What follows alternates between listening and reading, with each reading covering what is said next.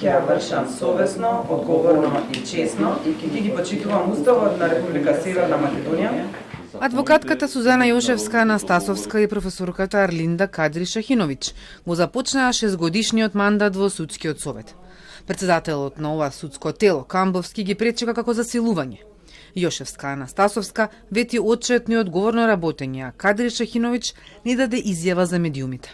Денеска дадовме изјави за лична одговорност, но очекувам дека заеднички ќе успееме да изградиме една силна институција или чекор по чекор, храбро, отчетно, одговорно и трпеливо да почнеме да се движиме во еден позитивен правец и да се зголемува довербата во судството, да допринесеме се зголемува довербата во правосудството. Време е за интегритет и време е за одговорност и храброст. Сигурен сум дека добивме два врвни професионалци и дека тие ќе бидат додадена вредност на Советот и Советот ќе може конечно да застане на здрави нозе и да ја остварува својата уставна надлежност која што има. Двете нови членки ги предложи председателката на државата, која го чекаше новиот закон за судски совет за да се пополнат испразнетите места на Весна Дамева и Милјази Мустафа. Собранието пак не го почека новиот закон и објави оглас по стариот за да го пополни местото на Селим Адеми.